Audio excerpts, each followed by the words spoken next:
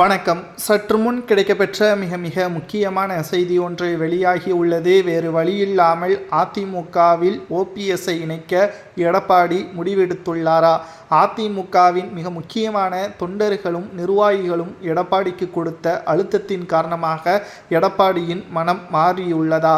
நேற்று முன்தினம் அதிமுகவில் ஒட்டுமொத்த அதிர்ச்சியை ஏற்படுத்தும் விதமாக 2 நாட்களாகவே திமுகவை சந்தித்து தலைவர் ஸ்டாலின் அவர்களை சந்தித்து வாழ்த்துக்களை பெற்றுள்ளாரா? 2வது முறை முதல்வராக ஸ்டாலின் தான் வரவேண்டும் என்ற செய்தியாளர்களது சந்திப்பின் பொழுதுதான் அது அனைத்தும் உறுதியானது.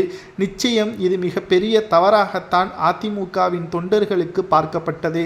ஆனால் ஓபிஎஸ்ஐ இந்த முடிவிற்கு தள்ளியவர்கள் யார்?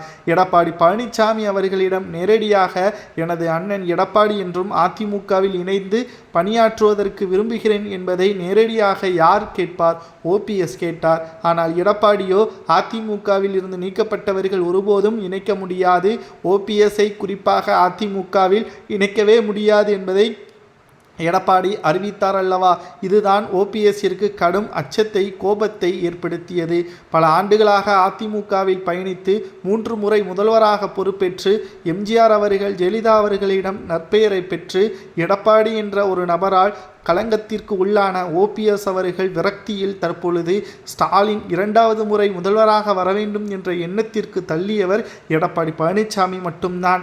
இன்னும் 2 நாட்கள் தான் எடப்பாடிக்கு டைம். அதற்குள்ளாக ஓபிஎஸ்ஐ அதிமுகவில் இணைக்கவில்லை என்றால் அவர் நிச்சயம் ஓபிஎஸ் அவர்கள் அதிகாரப்பூர்வமாக திமுகவில் இணைந்ததாக அறிவிப்பார். இது அதிமுக தமிழ்நாட்டில் இருக்கக்கூடிய கட்சி சுக்குநூறாக உடையும், கூட்டத்தில் ஒரு கட்சியாக மாறும், தமிழகத்தில் எதிர்க்கட்சியாக அதிமுக இல்லாமல் பாஜக மாறும் என்ற தகவலும் தற்பொழுது உறுதியாக சமூக வலைதளங்களில் நம்மால் பார்க்க முடிகிறது.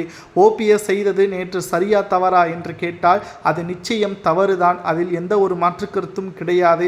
ஆனால் அந்த சூழலுக்கு தள்ளியவர்கள் யார் என்பதை முதலில் பார்க்க வேண்டும். தற்பொழுது எடப்பாடி பழனிசாமி அவர்கள் விட்டு கொடுத்து கெட்டுப்போவது கிடையாது என்பதற்கேற்ப அவர் செய்திருந்தால் நிச்சயம் அவரை முதல்வராகவும் பொதுச்செயலராகவும் தொடர்ந்திருப்பார்.